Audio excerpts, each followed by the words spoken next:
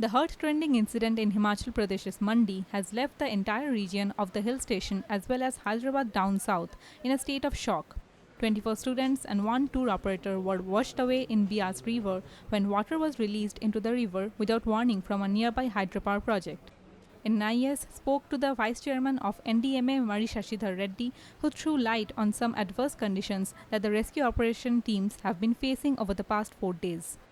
Reddy said that the river is full of rocks and the water level is also fluctuating depending on the release of water from the Larji Dam, which is one of the major problems during rescue work. There is no search and rescue because the likelihood of anybody surviving was very bleak. So now all we have been doing is recovery.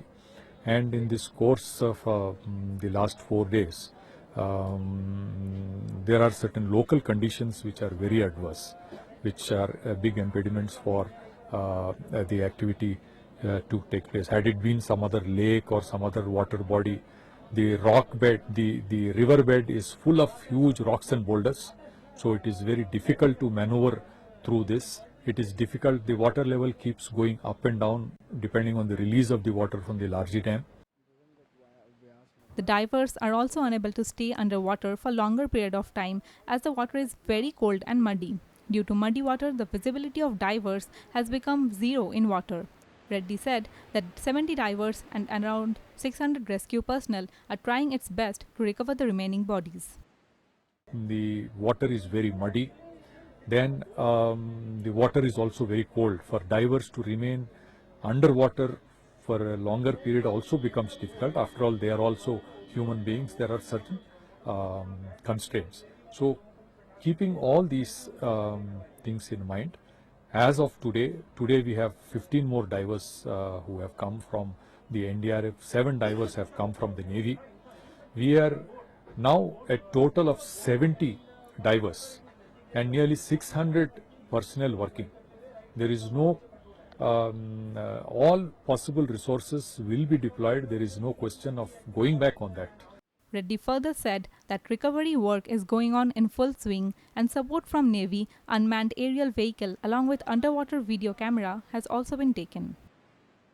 This is a very major recovery operation, and we are hopeful that with the efforts and with the UAV that we are bringing in now, and we're if possibility of looking at some other equipment to facilitate this. We've got the underwater video camera. The Navy team has come with that. There is a underwater camera, but they are of no use because of the muddy water. The divers are also not, their visibility is almost zero.